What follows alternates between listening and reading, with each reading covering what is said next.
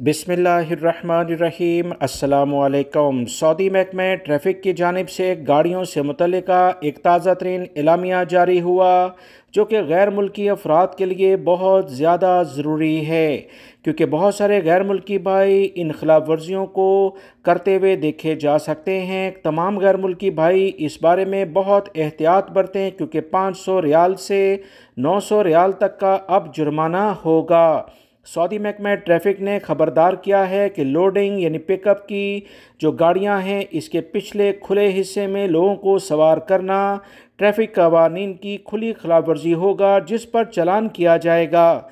Saudi महकमा traffic की जानिब से इंतबाह जारी करते हुए कहा गया है कि सामान लोड करने वाली गाड़ियों के इस्तेमाल के कवानीन सऊदी अरब में बहुत वाज़ेह हैं और सख्ती से इस पर अमल भी कराया जाएगा। ऐसी गाड़ियाँ जिनकी रजिस्ट्रेशन सामान की मुंतकिली के लिए मखसूस है, इनके पिछले हिस्से में लोगों को सवार करके इनकी जानों को ख़तरा लाहक हो जाता है।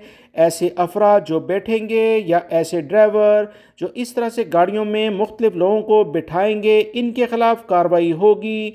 जुर्माना 500 रियाल से 900 रियाल के करीब हो सकता है।